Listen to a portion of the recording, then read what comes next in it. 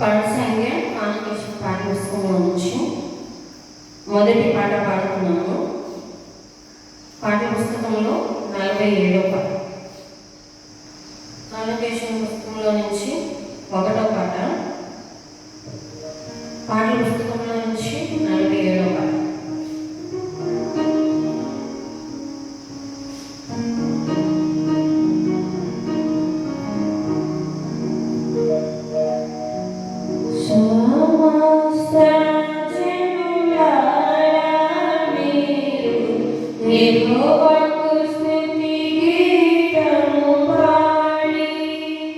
Santa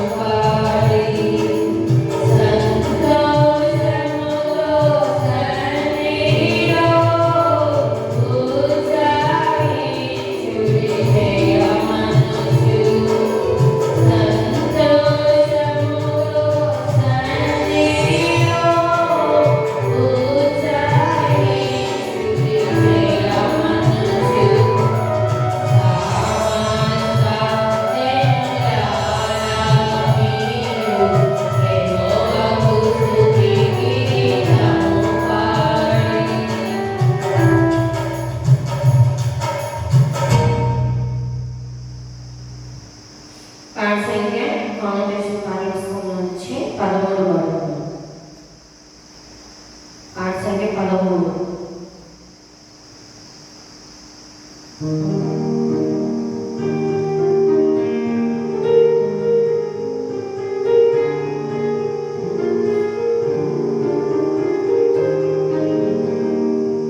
ఆనందం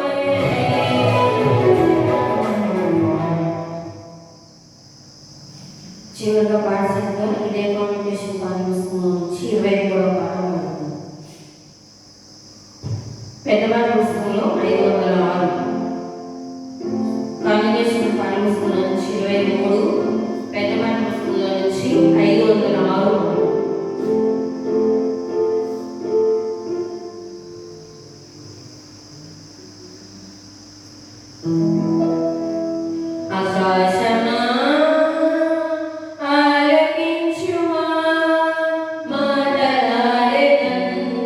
ఆకాశమా ఆలకించుమా మాటలాడెదను. యెహోవా వంటి వరాన జనమే గదా యాకోబే స్వాస్థ్యభాగము. యెహోవా వంటి వరాన జనమే గదా యాకోబే స్వాస్థ్యభాగము. అరణ్యకాలే సంపూల ఎత్తున అరణ్యకాలే సంపూల ఎత్తున నీగాడగాలిగాలకే దారిలో వారికాలు గోనెను. నీగాడగాలిగాలకే దారిలో వారికాలు గోనెను. ఆవరించి వారికాల మనిషి వారికాలు వాగగా. ఆవరించి వారికాల మనిషి వారికాలు వాగగా. ఆకాశమా ఆలకించుమా మాటలాడెదను. ఆకాశమా ఆలకించుమా మాటలాడెదను. యెహోవా వంటి వరాన జనమే గదా యాకోబే స్వాస్థ్యభాగము. యెహోవా వంటి వరాన జనమే గదా యాకోబే స్వాస్థ్యభాగము. యెహోవాయేవా నిన్ను యెహోవాయేవా నిన్ను భూమి యొక్క ఉన్నత స్థలముల మీద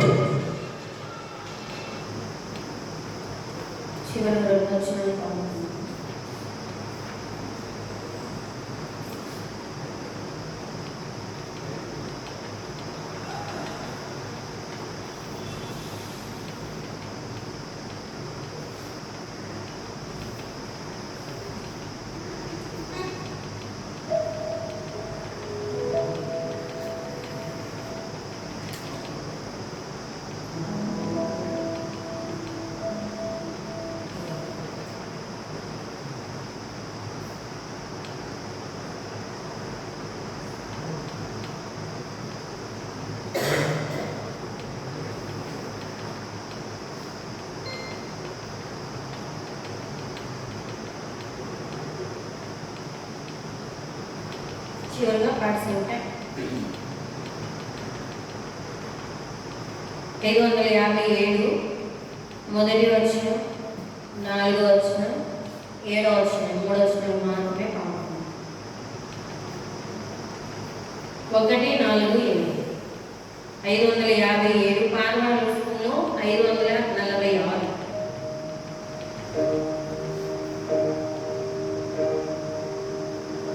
నీతిమంతుల ప్రార్థన దేవుడాలకించును, వారు తమల వృక్షమువలె మోయుదురు, వారు తమల వృక్షమువలె మోయుదురు.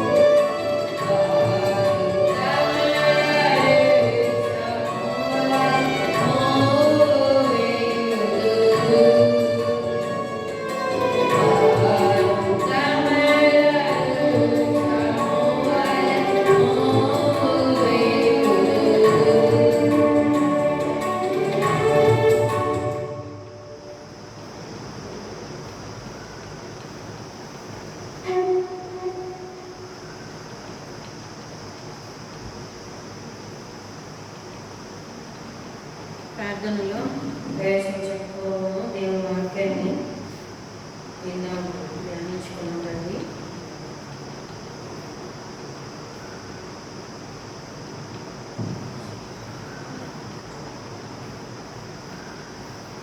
దేవుని గ్రంథంలో నుండి నిర్గమకాండము 38వ అధ్యాయము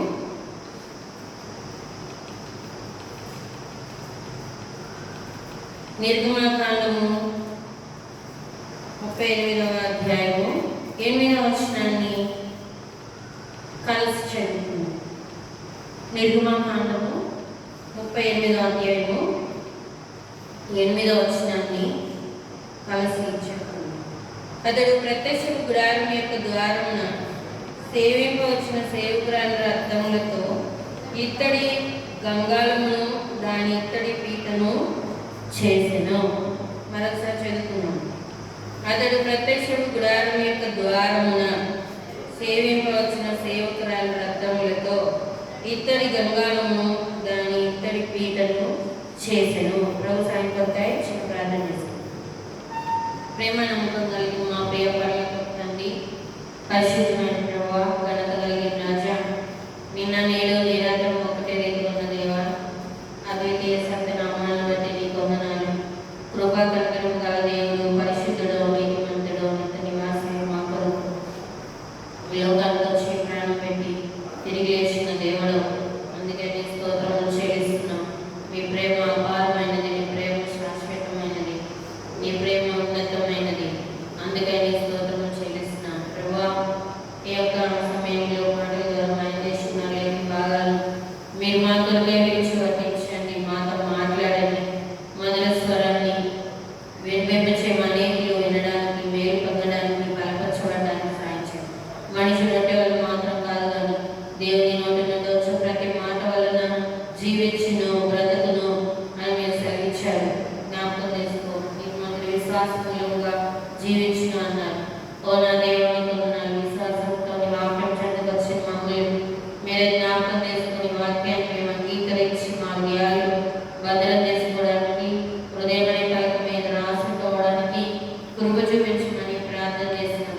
వాక్యం మేము ధ్యానించేవారుగా, నెమ్మది వేసుకునేవారుగా ప్రభా మీ ఉండుటకు సాయం చేయండి. ఈ వాక్యం ఎంతో ప్రశస్తమైనది, ఈ శాసనములు ఎంతో ఉన్నతమైనవి. ప్రభా ఈ వాక్యాన్ని మేము గొప్ప చేసి ప్రభా నా తండ్రి ఈ వాక్యం మేము కనపరిచినట్లుగా కృపను అనుగ్రహించండి. ఈ వాక్యం చెందుకు నీ పాదాల చెంత చేరిన మమ్మల్ని మీరు జ్ఞాపకం చేసుకున్న మంచి బోధకులపై మీరే మాకు బోధించుము. ఈ దాసరాలు శిలువచాటు మరుగు చేయము. నీ మాటలు మాత్రమే వినిపింప చేయము. ఏ ఆత్మకు ఏ మాట అవసరమో అవసరం కలిగి మాట్లాడుతున్నారు. ఆత్మీయ అనుభవంలో మేము రాగలిగినట్టు లోతుగా మీరు మమ్మల్ని నడిపించండి. దేవా నా తండ్రి నీకు వందనాలు, స్తోత్రం చెల్లిస్తున్నాను. పశువులను బట్టలు రావాల్సిన నడిపించండి. సమయం దేవుడు కనిపించండి. యెషయా 7:16, నిర్గమ 4:12 సాయం రోజు యేసు ప్రభు నామములో స్తుతించి ప్రార్థించి వేడుచున్నాం తండ్రి. ఆమేన్. ఇక్కడ మనము చదువుకున్నటువంటి భాగము ప్రత్యక్ష గుడారమును సేవింపవచ్చిన సేవకురాలు అని వ్రాయబడుతూ వచ్చింది. ప్రత్యక్ష గుడారం గురించి ముందుగా మనము మరి తెలుసుకున్నాం. ప్రత్యక్ష గుడారము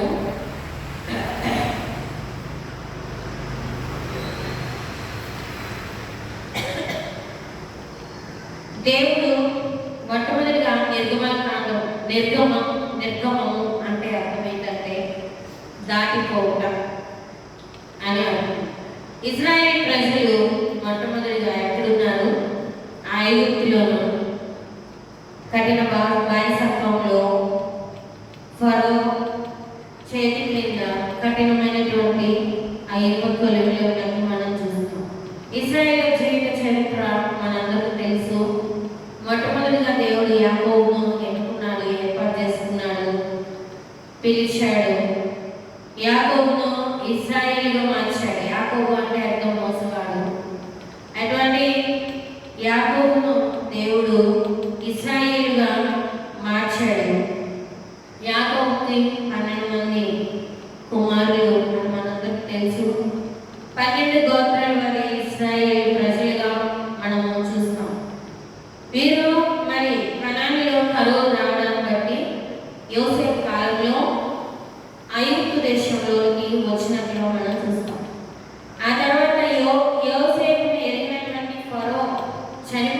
వచ్చాడు. యోసేపు ఎరుగనటువంటి ఇంకొక రాజు, మరి క్రొత్త రాజు వచ్చినట్లు, ఫరో వచ్చినట్లు మనము చూస్తాం. అది నిర్మాకాండము మొదటి అధ్యాయంలో. ఆ యోసేపు ఎరిగినటువంటి ఆ రాజు ఏం చేస్తూ వచ్చినాడు? ఇశ్రాయేల్ ప్రజలను మీరు విస్తరిస్తూ ఉన్నారు, వ్యాపిస్తూ ఉన్నారు, అభివృద్ధి పొందుతున్నారు, కాబట్టి మీరు అభివృద్ధి చెందకుండా వీరిని మరి నశింప చేయాలి అన్నటువంటి ఉద్దేశంతో వారిని ఎంతో కఠినమైనటువంటి మరి సేవా బానిసత్వం క్రింద ఇజ్రాయేల్ ప్రజలను వచ్చినట్టుగా మనం చూస్తాం. అటువంటి పరిస్థితిలో నుంచి విడిపించడానికి ఆ కాలంలో మోషే జన్మించినట్టుగా మనం చూస్తాం. మోషే జీవిత చరిత్రను మనం చూస్తే మరి మోషే నీటిలో మరి వేయబడి వచ్చినాడు, ఆ తర్వాత అంతఃపురంలో పెరిగాడు. ఇదంతా మనకు తెలిసినటువంటి సందర్భం. ఇప్పుడు మోషేను దేవుడు ఎన్నుకున్నాడు, పిలిచాడు. అరణ్యంలో తన యొక్క మామయ్యకు మందం వేయించినటువంటి సమయంలో మోషేను పిలిచాడు. దేని కొరకు మోషేను పిలిచాడు అంటే ఇజ్రాయేల్ ప్రజలను ఐగుప్తులో నుండి, ఐగుప్తు బానిసత్వం నుంచి, ఆ కఠినత్వంలో నుంచి విడిపించడానికి మోషేను దేవుడు పిలిచాడు. మోషేను పిలిచాడు, ఏర్పాటు చేసుకొని మోషేను ఇజ్రాయేల్ మరి విడిపించడానికి ఐగుప్తుకు పంపించిన. నేను నీకు తోడు ఉన్నాను, వెళ్ళు అని చెప్పి మరి మోషేను పంపించిన తర్వాత అక్కడ మరి కొన్ని అద్భుత క్రియలు, సూచక్రియలు మోషే ద్వారా దేవుడు జరిగిస్తూ వచ్చాడు. తద్వారా గొర్రెపిల్ల రక్తము ద్వారా వారు మరి ఆ యొక్క మరణం నుంచి తప్పించబడుతూ వచ్చారు. ఏ యొక్క ద్వారబంధానికి ఆ గొర్రెపిల్ల రక్తము మరి రాస్తూ వచ్చినారో, రాయబడుతూ వచ్చిందో, నశింపజేసే దూత ఆ యొక్క గుమ్మాన్ని, ఆ ద్వారాన్ని దాటిపోయినట్టు మనం చూస్తాం. ఆ విధంగా ఇశ్రాయేల్ ప్రజలకు దేవుడు మరి మోషే ద్వారా ఐగుప్తు దేశంలో నుంచి విడిపిస్తూ వచ్చినాడు, దాటిస్తూ వచ్చినాడు. ఈనాడు నిజమే, మరి ఇశ్రాయేల్ ప్రజలను విడిపించిన తర్వాత దేవుడు మరి అరణ్య ప్రదేశంలో యాత్ర జీవితాన్ని వారు కొనసాగిస్తున్నప్పుడు దేవుడు గుడారంలో నివసించినట్లుగా మనము చూస్తాం. అందుకనే దేవుడు చెప్పినారు, ఇదే నిర్మాకాండం 25వ అధ్యాయం 8వ వచనంలో, మీరు నాకు ఒక పరిశుద్ధ మందిరమును నిర్మింపవలెను అని మోషేకే దేవుడు అక్కడ ఆజ్ఞాపించినట్లుగా మనము చూస్తాము. ఇప్పుడు దేవుని గ్రంథంలో మనం చూసినట్లుగా ఇజ్రాయేల్ ప్రజలు ఐగుప్తు దేశంలో నుంచి విడిపించబడ్డారు, మరణం నుంచి దాడించబడుతూ వచ్చినాడు, నశింపజేసే దూత నుంచి వారు విడిపించబడుతూ వచ్చినారు. ఈనాడు మనము దేవుని ఇశ్రాయేలుగా చేయబడ్డాము. ఎట్లా చేయబడ్డామో, ఈ లోకంలో నిజంగా మనం ఐగుప్తు అనేటువంటి పాప దాసత్వంలో ఉన్నటువంటి వారు, పాపంలో మునిగిపోయి పాపము చేత అమ్మబడి పాపమునకు దాసులమై ఉన్నాం, దాసులంటమై ఉన్నాం. అలాంటి స్థితిలో నుంచి మనల్ని విడిపించడానికి ఎవరు వచ్చారు? ఇజ్రాయేల్ ప్రజలను విడిపించడానికి మోషే దేవుడు పంపినాడు. అయితే మరి మనల్ని విడిపించడానికి దేవుడు తండ్రి అయినటువంటి దేవుడు, ప్రభు అయినటువంటి యేసుక్రీస్తు ప్రభు ఏకైక కుమారుని, అద్వితీయ కుమారుని, మన కొరకు తన ప్రియ కుమారుని లోకానికి పంపిస్తూ వచ్చాడు. యేసు ప్రభు మన కొరకే చేసినటువంటి బలియాగం ద్వారా, మన కొరకే కాల్చినటువంటి రక్తం ద్వారా మనము విమోచించబడ్డాము. మనము మరణానికి పాత్రులము, పాపమును బట్టి నిత్య నరకానికి పాత్రులము. అలాంటి మనలను ప్రభు అంటే మరణం నుంచి, అంటే నిత్య నరకం నుంచి ప్రభు మనల్ని విడిపించినాడు, విమోచించినాడు, తన బిడ్డలుగా చేసుకుంటూ వచ్చినాడు. దేవుని ఇశ్రాయేలుగా చేసుకొచ్చాడు. గల్తీయులకు రాసిన పత్రిక, మనము కూడా ఆ ఇశ్రాయేలుగా చేయబడుతూ వచ్చాము. చూడండి, గల్తీయులకు రాసిన పత్రిక 5వ అధ్యాయము 16వ వచనం, ఈ 6వ అధ్యాయము 16వ వచనం, క్షమించండి 6వ అధ్యాయం 16వ వచనం. ఈ పద్ధతి చొప్పున నడుచుకుని వారికి అందరికీ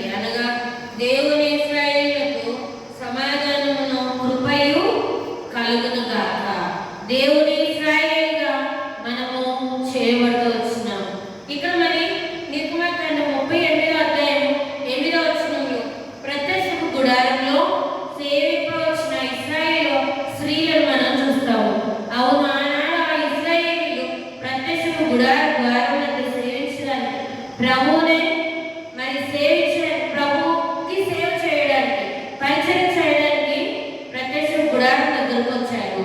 ఈనాడు మనము కూడా ఇశ్రాయేలు స్త్రీలమే, దేవుని చేత విమోచించబడ్డాం, దాడించబట్ట వచ్చినాం.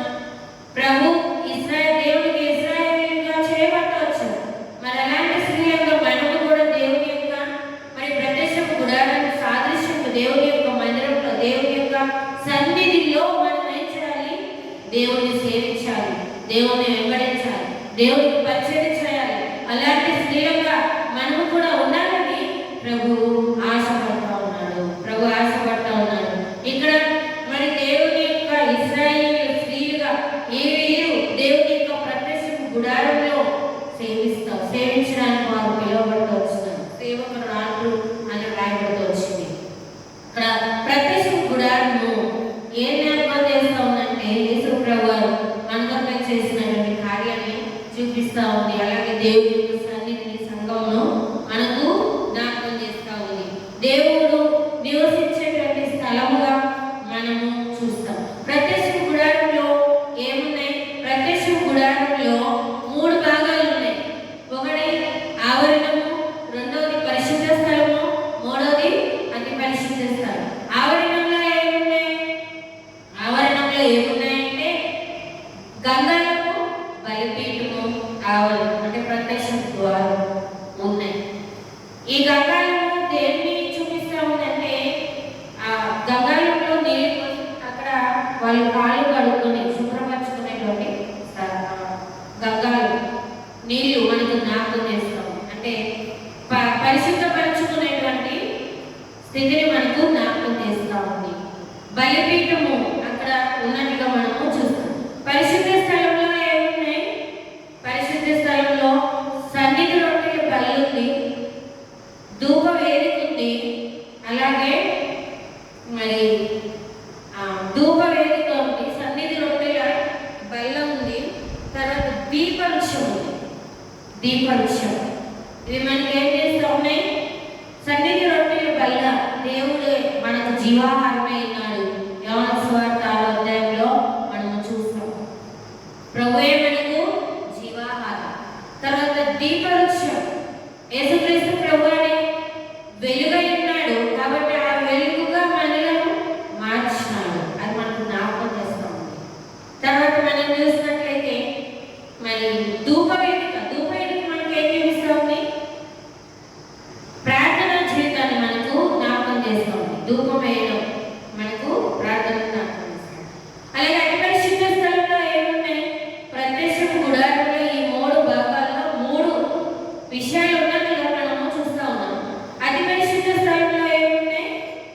అతి పరిశుద్ధ స్థలంలో మందసం ఉంది, కరుణాపీఠం ఉంది, దానిపైన కెరూబులు ఉన్నాయి. ఈ మరి ఆ దేవుని యొక్క ప్రత్యక్ష గుడారంలోనికి సర్వ సమాజం రావచ్చు. అయితే పరిశుద్ధ స్థలంలో యాజకులు, తర్వాత లేవీయులు పరిచయం చేసే వారు ఉన్నారు. అతి పరిశుద్ధ స్థలంలోకి మాత్రము ఎవరు వెళ్ళడానికి వీళ్ళే. ఎవరు వెళ్ళాలి అంటే ప్రధాన యాజకుడు సంవత్సరానికి ఒక్కసారి మాత్రమే రక్తమును చేతపుచ్చుకొని ఎక్కడికి వెళ్ళాలి? అతి పరిశుద్ధ స్థలంలోనికి వెళ్ళాలి. కాబట్టి ఈ ప్రత్యక్ష గుడారంలో ఈ విధమైనటువంటి పరిచర్యలు ఉన్నట్లుగా మనము చూస్తాం. ప్రత్యక్ష గుడారము మనకి ఏం జ్ఞాపకం చేసుకుంటామంటే ప్రత్యక్ష గుడారంలో ఈ విధంగా దేవుని యొక్క పరిచర్య కొనసాగించబడుతుంది. యాజకులు, లేవీయులు ఆ ప్రత్యక్ష గుడారం ఏమనిపిస్తారు? బలిపీఠం ఉంది కదా, బలిపీఠం మీద బలి అర్పించారు. ఆనాడు పాపములకు ఎవరైనా పాపం చేసినప్పుడు ఆ పాపములకు పరిహారార్థంగా మరి కోడెలను, గొర్రెలను తీసుకొని వచ్చినప్పుడు అక్కడ బలి అర్పించబడుతూ వచ్చాయి. తద్వారా వారి యొక్క పాపములు కప్పివేయబడుతూ వస్తున్నాయి. ఆనాడు పాత నిబంధన ప్రకారంగా పాపములు కప్పివేయడానికి బలి అర్పించబడుతూ వస్తున్నాయి. అయితే ఈనాడు యేసుక్రీస్తు ప్రభువారు ఒక్కసారి కల్వరి శిలువలో బలైతూ వచ్చారు. ఆ ఒక్కసారి బలైన ద్వారా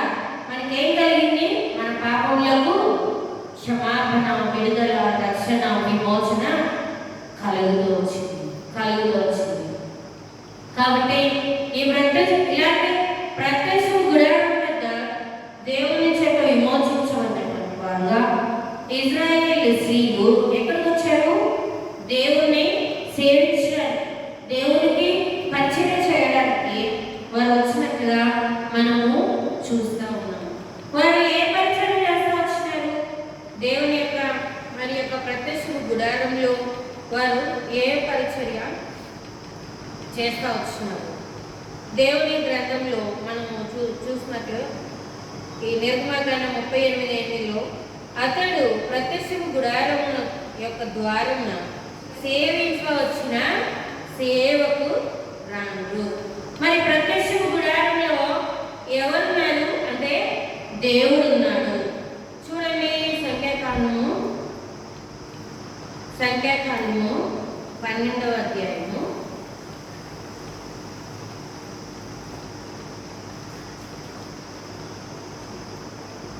సంఖ్యాకాండం 12వ అధ్యాయము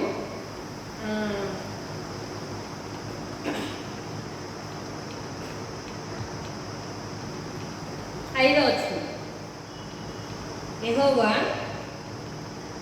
మేఘ స్తంభంలో దిగి ప్రత్యక్ష గుడారం యొక్క ద్వారమునొద్ద నిలిచి అహరోను మిరియాములను పిలిచెను. చాలు. ఎక్కడున్నాడు దేవుడు అంటే ప్రత్యక్షపు గుడారంలో. అక్కడ ఏముంది? దేవుడి సన్నిధి ఉంది. దేవుడు దిగొచ్చేటువంటి స్థలము. కాబట్టి వాళ్ళు ఎక్కడ చేశారు అంటే దేవుని సన్నిధిలో మరి ఇశ్రాయేలు స్త్రీలు సేవ చేశారు. ఏం సేవ చేశారు అంటే మరి ప్రత్యక్షపు గుడారం వద్ద బలిపీఠం ఉంది అని మనం వింటూ వచ్చాం కదా. అక్కడ మరి 29వ అధ్యాయము నిర్గమకాండము 29వ అధ్యాయము 11వ వచనంలో బలులు చూడండి, చదవండి. 29:11 ప్రత్యక్షపు గుడారం యొక్క ద్వారం వద్ద యెహోవా సన్నిధిని ఆ కోడెను వధింపవలెను. చదవండి. ఆ కోడె రక్తంలో తీసుకొని నీ వ్రేలితో బలిపీఠము కొమ్మల మీద చమిరి ఆ రక్త శేషం అంతయు పోయవలెను. మరియు ఆంధ్రములను కప్పుకొను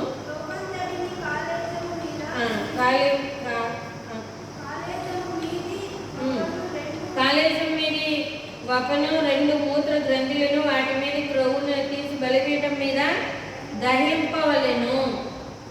కాబట్టి ఈ యొక్క బలి ఏ విధంగా అర్పించాలో ఇక్కడ రాయబడుతూ వచ్చింది. అసలు విషయం ఏంటంటే ప్రత్యక్ష గుడార ద్వారం వద్ద ఏమర్పించాలి?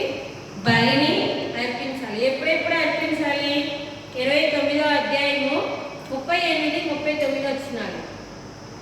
నీవు బలిపీఠం మీద నిత్యమును అర్పింపవలసినది ఏమనగా ఏడాదివి 2 గొర్రె పిల్లలను, ప్రతిదినము ఉదయం మంది 1 గొర్రె పిల్లను, సాయంకాలం మంది 1 గొర్రె పిల్లను అర్పింపవలెను. కాబట్టి ఎప్పుడెప్పుడు బలిని అర్పించాలని దేవుడు చదివిస్తూ ఉన్నాడంటే ఉదయం సాయంత్రం 2 పూటలా కూడా ఏం చేయాలి? దేవునికి బలి అర్పించాలి. 2 పూటలా కూడా దేవునికి బలి అర్పించాలి. మరి బలి అర్పించినప్పుడు అక్కడ ఆ ప్రదేశము ఎంతో అపవిత్ర, అంటే అన్నీ కూడా పడతా ఉంటాయి కదా. బలి అర్పించినప్పుడు మనం చెప్పుకున్నాం అక్కడ తోలు, తర్వాత దానికి ఉన్నటువంటి బొచ్చు అవన్నీ కూడా పడతాయి కదా. వాటన్నిటినీ ఏం చేయాలి? అక్కడ క్లీన్ చేయాలి. దేవుని గ్రంథంలో మనం చూసినట్లయితే దేవుని యొక్క స్థలము, దేవుని యొక్క స్థలం, పరిశుద్ధ స్థలం అంటే గుడారము ఎట్లుండాలంటే అది పవిత్రంగా ఉండాలి. అది అపవిత్రంగా పరచకూడదు. అది ఎప్పుడు కూడా పరిశుద్ధంగా ఉండాలి, పవిత్రంగా ఉండాలి. కాబట్టి దాన్ని శుభ్రం చేసేటువంటి స్త్రీలుగా మనం చూస్తున్నాం. కాబట్టి స్త్రీలకు ప్రభు అప్పగించిన పరిచయం ఏంటంటే దేవుని గ్రంథంలో అనేక సందర్భాలు ఉన్నాయి. తర్వాత మనం చూద్దాము. ఇక్కడ ఇశ్రాయేలు స్త్రీలు చేసేటువంటి సేవ పరిచయం ఏంటంటే బలి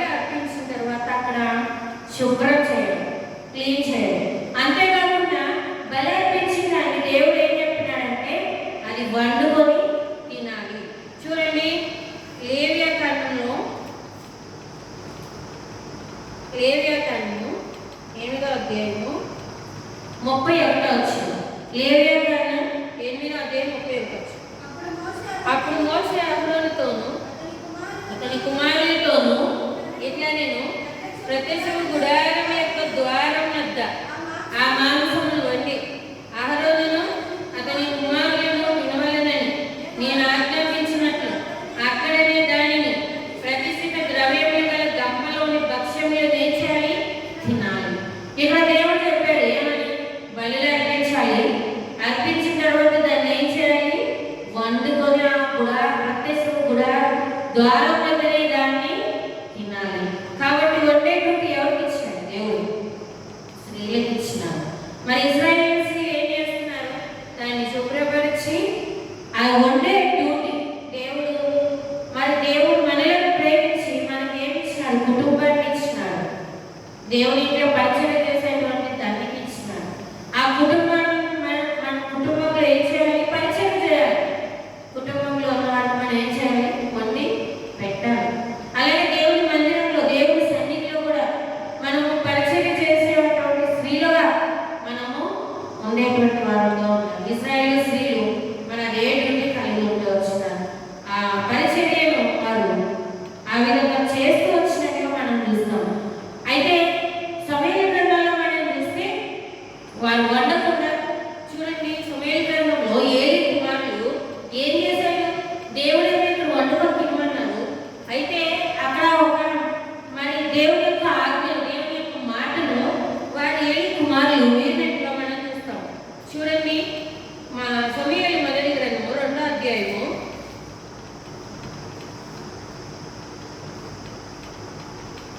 15వ వచనం. 2:15 ఇరియుగాక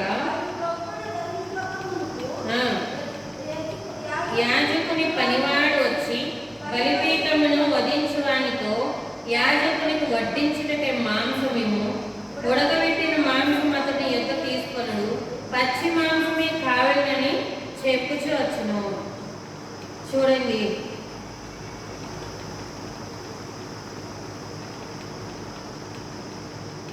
ఇరవై 22వ వచనం కూడా అక్కడ కూడా మాట్లాడారు. ఏలీ బహువృద్ధుడైన ఇశ్రాయేలుకు తన కుమారులు చేసిన కార్యములన్నీ వారు ప్రత్యక్ష గుడారం యొక్క ద్వారము దగ్గర సేవ చేయడానికి వచ్చారు. అయితే ఎంతో అసహ్యమైనటువంటి కార్యాలు వారు అక్కడ చేసుకొచ్చినట్టు ఏలీ కుమారులు మనము చూస్తూ ఉన్నాము. కాబట్టి దేవుడు వండుకొని తినమంటే వాళ్ళు ఏం చేస్తున్నారు? పచ్చిదేగా కావాలని తీసేసుకొని తింటున్నట్టుగా ఘోరమైనటువంటి పాపములకు వారు మరి గొప్ప పాపం చేయడానికి కారణమవుతూ వచ్చారు.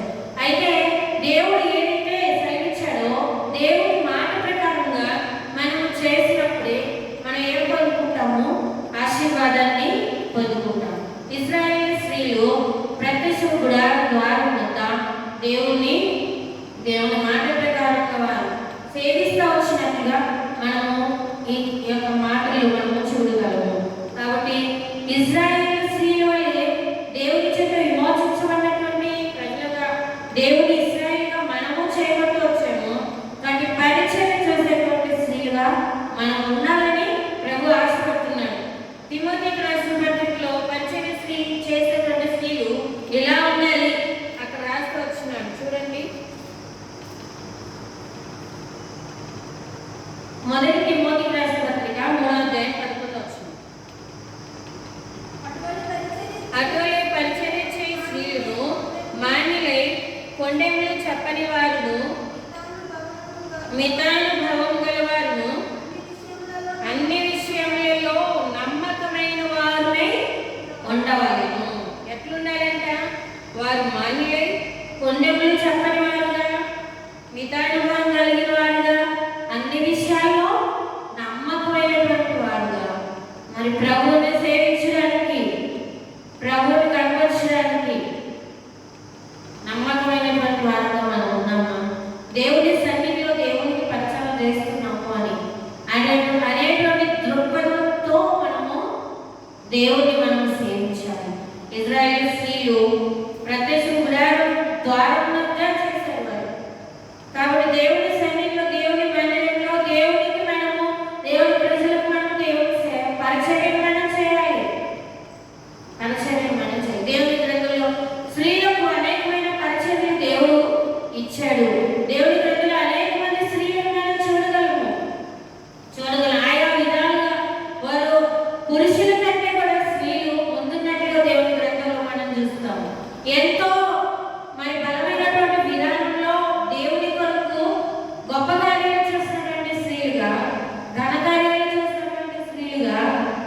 దేవుని కొరకు విజయాన్ని తీసుకొని వచ్చినటువంటి స్త్రీగా మనము మన అనేక మంది స్త్రీలను మనం చూడగలము. కొన్ని మరి సందర్భాలు మనము చూసుకుందాం. చూడండి, మరి పరిచర్య ఏ విధంగా ఎన్ని విధాలుగా మనం చేయవచ్చో మరి కొంతమంది స్త్రీలు మనం చూద్దాం. మొదటి సమయంలో మొదటి అధ్యాయం 11వ వచనంలో అక్కడ ఒక స్త్రీ కనబడుతుంది. ఎవరు? హన్నా. ఆమె ఏ పరిచర్య కలిగి ఉంది? ప్రార్థన. ఎక్కడ చేస్తూ ఉంది? దేవుని యొక్క మందిరంలో, దేవుని యొక్క సన్నిధిలో ప్రార్థన పరిచర్య. ఈ ప్రార్థన పరిచర్య స్త్రీలకు నువ్వు నేను కలిగి ఉన్నామా? లేకపోతే ప్రార్థన చేయడం మానేశామా? సమయం అన్నాడు, నేను ప్రార్థన చేయకపోతే నేను దేవుని దృష్టికి పాపము చేసిన వారిని అవుతాను. ఎలాంటి పరిస్థితుల్లో అయినా ప్రార్థనను మనం ఏం చేయకూడదు? మానకూడదు. ప్రార్థన మనము చేయాలి. ప్రార్థన చేయాలి, ధూపం వేయాలి దేవునికి. హన్నా ఏం చేసింది? దేవుని సన్నిధిలో ప్రార్థన చేస్తూ వచ్చింది. అలాగే కృత నిబంధనలో కూడా యోగా సువార్త 2వ అధ్యాయంలో మనం చూస్తే అన్నా ప్రవక్తని మనం చూస్తాం. ఆమె కూడా ఏం చేసింది? ప్రార్థన చేస్తూ వచ్చింది. ఆమె ఎలాంటి ప్రార్థన చేసింది? ఉపవాస ప్రార్థన. కన్నీటితో, ఉపవాసములతో దేవుని సన్నిధిలో మనము ప్రార్థించే పరిచర్య కలిగి ఉన్నాం. దేవుని సన్నిధిలో మనం చేసే పరిచర్య ఏంటంటే ప్రార్థనా పరిచర్య. అలాగే దేవుని కొరకు యుద్ధాలు జరిగించినటువంటి స్త్రీలు ఉన్నారు. చెప్తారా ఎవరు? యుద్ధం చేసిన స్త్రీ ఎవరు ఉన్నారా? లేదా? స్త్రీలు ఉన్నారు కదా. ఎవరు?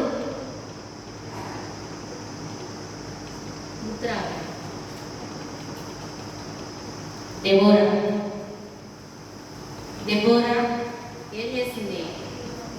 సండే స్కూల్ బాటలో ఉంది కదా, యుద్ధం చేయించను. కాబట్టి దేవుని కొరకు ఆమె ఏం పరిచయం చేసింది? ప్రవర్తినిగా చేసింది. తర్వాత యుద్ధాన్ని చేసింది. దేవుని ప్రజల క్షేమంతో, శత్రువుతో యుద్ధం చేసి పోరాడి విజయం పొందినట్టుగా మనము చూస్తాం. ఇంకో పరిచర్యను మనం చూస్తాము. అనేకమైన పరిచర్యలు ఉన్నాయి. పాడే పరిచర్య. ఏ పరిచర్య? ప్రభుని గానం చేసే పరిచర్య, పాటలు పాడే పరిచర్య. ఎవరు పాడారు? ఎవరు గానం చేశారు? దేవుని ఇంట్లో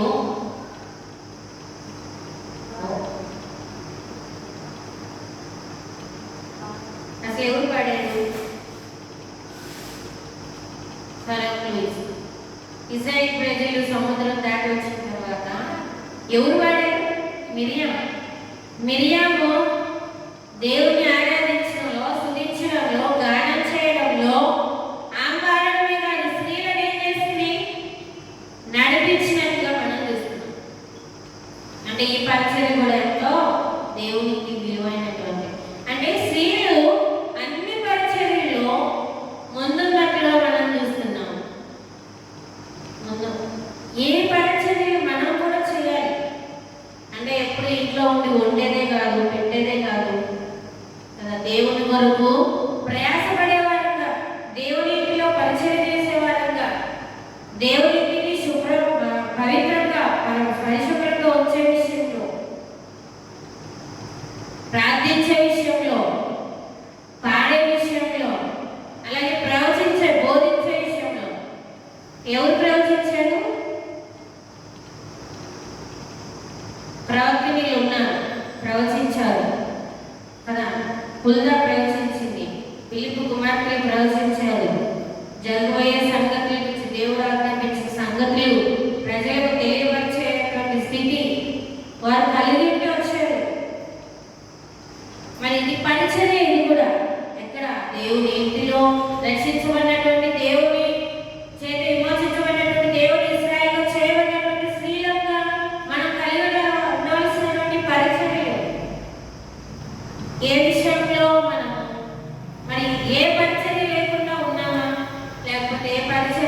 కలిగి ఉన్నామా? దేవుని కొరకు ప్రయాసపడే పరిచర్య, దేవుని కొరకు పాడే పరిచర్య, ప్రవచించే పరిచర్య, ప్రార్థించే పరిచర్య, తర్వాత మరి వాయిద్యములు వాయించే పరిచర్య. వాయించడం లేదా? ఎవరు వాయించారు?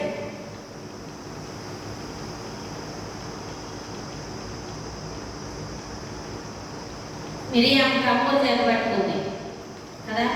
తమ్ముడు అంటే ఏంటి? కందిరా కదా. అలాగే యెఫ్తా కుమార్తె కూడా తమ్ముళ్ళతో నాట్యంతో తండ్రిని ఏం చేసింది? ఎదుర్కొంటా వచ్చింది. కాబట్టి వాయిద్యాలు వాయించే విషయంలో కూడా స్త్రీలు పరిచర్య కలిగి ఉన్నారు. దేవుడు అనుగ్రహించిన ఆధిక్యత. మరి ఇన్ని పరిచర్యలు ప్రభు మనకి ఇచ్చినాడు. చూడండి,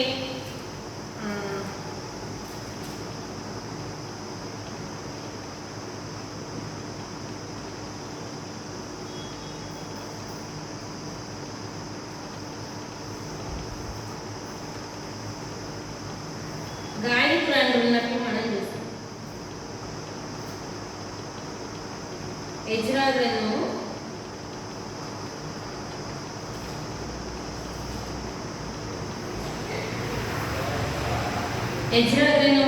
2వ అధ్యాయం 65వ వచనం.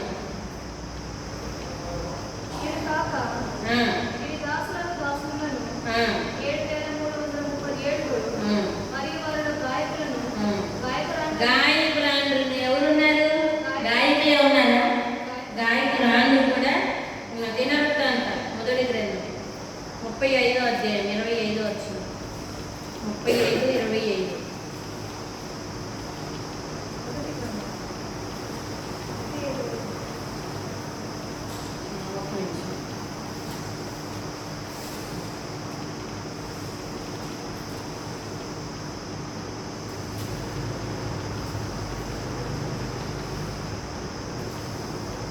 రెండో దినవృత్తాంతాలు, క్షమించండి, దినవృత్తాంతాలు 2వ గ్రంథం 35:25. ఇర్మియాయు యోషియాని గురించి ప్రలాపవాక్యం చేస్తుంది. గాయకులందరూ తమ ప్రలాప వాక్యంలో అతను గురించి చాలు. కాబట్టి ప్రార్థనా పరిచర్యలో స్త్రీలు ఉన్నారు, ఆరాధించే వాళ్ళు స్త్రీలు ఉన్నారు.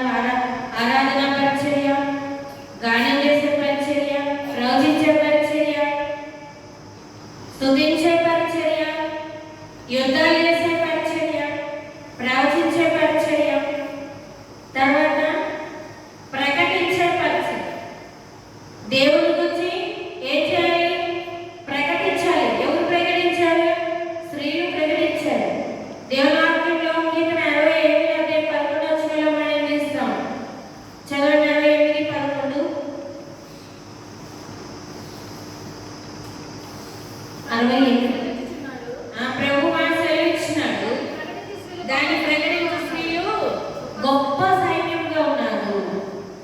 ప్రభు మాటను ప్రవచించినటువంటి మాటను, సెలవిచ్చిన మాటను ప్రకటించే స్త్రీలు ఎట్లా ఉన్నారంట? గొప్ప. నూతన నిబంధనలో మొట్టమొదటిగా ప్రభు గురించి ప్రకటించింది, దేవుడి గురించి ప్రజలకు తెలియపరిచింది ఎవరు? స్త్రీలే. ఎవరు? మగ్దలేనే మరియా. దేవుడి గురించి ఏం చేసింది? తెలియపరిచింది. మరి నువ్వు నేను ప్రకటిస్తున్నామా? దేవుని గురించి ఈ పరిచర్యను చేస్తున్నామా? ప్రభువుని ఈ పరిచర్య ద్వారా సేవిస్తా ఉన్నామా? దేవుని యొక్క సువార్తను, దేవుని యొక్క మాటను మనం తెలియపరుస్తున్నామా? ప్రకటిస్తున్నామా? ఆ గొప్ప సైన్యంలో ఉన్నామా? మగ్దలేనే మరియలో ఉన్నామా? ఈ పరిచర్య మనది కాదు, దేవునిది అన్న ఉద్దేశంతో మనం ఎప్పుడైతే చేస్తామో, ఇష్టపూర్వకంగా, మనపూర్వకంగా, ప్రభు మనకిచ్చిన దాన్ని నమ్మకంగా ఎప్పుడైతే చేస్తామో అప్పుడే మనము దీవించబడతాం. ప్రభు మనల్ని పిలిచింది, ఏర్పాటు చేసుకుంది దేవుని యొక్క ప్రత్యక్ష గుడారంలో దేవుణ్ణి సేవించేందు వరకు ఆయా పరిచర్యలు. ప్రభు నీకు ఇచ్చినటువంటి తలాంతును బట్టి, నీకు ఇచ్చిన పరిచయం బట్టి నువ్వేం చేయాలి? ప్రభు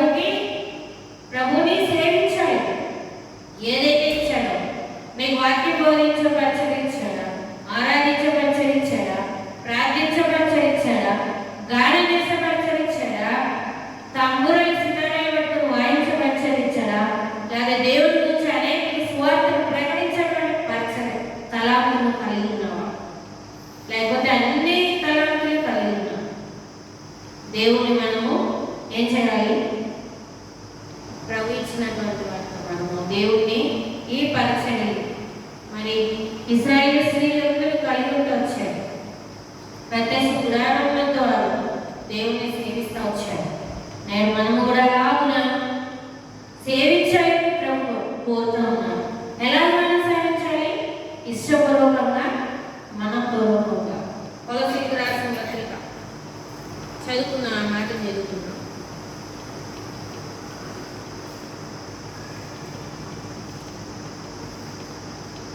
3వ అధ్యాయం 23వ ప్రభు వలన స్వాస్యము ప్రతిఫలంగా పొందుదమని ఎరుగుదురు గనుక మీరేమి చేసినాను అది మనుషుల నిమిత్తం కాక ప్రభు నిమిత్తమని మనస్ఫూర్తిగా చేయండి. ప్రభు అయిన క్రీస్తునకు దాసులైన, అంటే మనం ప్రభువుకు దాసులను మనమని ప్రభువు చేస్తున్నాము అని మనపూర్వకంగా, ఇష్టపూర్వకంగా ఏ పరిచయం చేసినా మనము అలాగే చేసినప్పుడే మనం ఏం పొందుకుంటామో ప్రతిఫలాన్ని పొందుకుంటాం. ఎవరి ద్వారా? ప్రభువు ద్వారా. ప్రభు ద్వారా ప్రతిఫలం పొందుకుంటాం. అలాగే ఘనతను కూడా మనం పొందుకుంటాం. ప్రభుకి ఎప్పుడైతే నమ్మకమైనటువంటి పరిచారకురాలుగా, సేవకురాలుగా మనం ఎప్పుడైతే ఉండి చేస్తామో అప్పుడే ఆ ప్రతిఫలాన్ని దేవుని ద్వారా పొందుకుంటాం. కాబట్టి ఇశ్రాయేలు స్త్రీలు ఎక్కడ చేశారు పరిచర్య? సేవ ఎక్కడ చేశారు? ప్రత్యక్షపు గుడారపు ద్వారం అంటారు. కాబట్టి దేవుడు మనకిచ్చినటువంటి పరిచర్య మనం ఎక్కడ చేయాలి? దేవుని సన్నిధిలో, దేవుని మందిరంలో మనము ప్రార్థన చేయాలి. మనం ఈ లోకంలో ఎలాంటి వారు? యాత్రికులము, పరదేశులు. ఈ గుడారం అంటే శరీరం అనే గుడారం ఒక దినాన్ని ఏమైపోతుంది? శిథిలమైపోతుంది. అయితే మనకు ఒక గుడారం ఉంది. ఏం గుడారం అంటే నిత్యం ఉండేటువంటి గుడారం. కాబట్టి ఈ యాత్రికులుగా, పరదేశీయులుగా ప్రభు మనకిచ్చినటువంటి పరిచర్య మనం ఎప్పుడైతే తిమోతికి రాసిన పత్రికలో మనం చదువుకుని ఎలా చేయాలో రాయబడి వచ్చింది. కొండెంలో చెప్పని వారుగా, విధానంగా కలిగిన వారుగా, అన్ని విషయాల్లో నమ్మకమైన వారుగా మనము పరిచర్య చేయాలి. అప్పుడే దేవుడికి మహిమ కలుగుతుంది, అప్పుడే మనకు ప్రతిఫలం కలుగుతుంది, అప్పుడే మనకు ఆశీర్వాదము కలుగుతుంది. అలాగే ప్రభు మనకు సాయం చేయగలరు. కొంత సమయాన్ని మనము దేవుని సన్నిధిలో ప్రార్థన చేద్దాము. ఇశ్రాయేలు స్త్రీల వలె మనం కూడా పరిచర్య చేయడానికి మనం ప్రతిష్ఠించుకొని దేవుడిని సేవించి దేవుని గణపరిచినట్లుగా మనము మరి ఈ పరిచర్యలు కలిగి ఉండడానికి మరి మనం ప్రార్థన చేద్దాము. వార పరిచర్య కొరకు ప్రార్థన చేద్దాము. మరి ప్రభుదిన పరిచర్య కొరకు ప్రార్థన చేద్దాము. సండే స్కూల్ పరిచర్య కొరకు ప్రార్థన చేద్దాం. మౌసిపిల్ల కాటపాలలో జరుగుతున్న పరిచర్య కొరకు మనం ప్రార్థన చేద్దాం. అలాగా మరి బలహీనులు, అనారోగ్య పరిస్థితులతో బాధపడుతున్న వాళ్ళ కొరకు ప్రార్థన చేద్దాము. మరి ఇమ్మని ప్రేమ కుమారుడు జ్వరంతో బాధపడుతూ ఉన్నాడు. ప్రభు జ్వరాన్ని గద్దించినట్లు ప్రార్థన చేయండి. అలాగే నతనయ్య థైరాయిడ్తో బాధపడుతూ ఉన్నాడు. నతనయ్య కొరకు ప్రార్థన చేయండి. అలాగే మరి షారో అప్సక్క వాళ్ళ మమ్మీ సెంట్ వేయాలన్నారు. కొంత మరి బలహీనంతో బాధపడతా ఉంది, మెడిసిన్ వాడుతూ ఉన్నారు. కాబట్టి ఆ ఆంటీ కొరకు కూడా ప్రార్థన చేయండి. రక్షణ కొరకు ప్రార్థన చేయండి. రక్షణ లేదు, రక్షణ కొరకు ప్రార్థన చేయండి. అలాగే ముందు జరగబోయేటువంటి పరిచర్య కొరకు ప్రార్థన చేయండి. వివేస్ కమ్యూనికేషన్లో ప్రభు సహాయపడుతూ వచ్చారు. మరి ఫలింపు కొరకు ఆత్మల మరి బాప్తిసంలో పాల్గొన్న వారి కొరకు, అలాగే రక్షణ తీర్మానం చేసుకున్న వారు ప్రార్థన చేయండి. ఇలాగా మరి మొన్న పరిచర్య కొరకు ప్రార్థన చేద్దాం. శాలేమ సంఘ అభివృద్ధి కొరకు వర్ధిల్లినట్లుగా మరి గ్రామాల్లో అనేక మంది ప్రజలు దేవుని కొరకు మరి పరిచర్యలు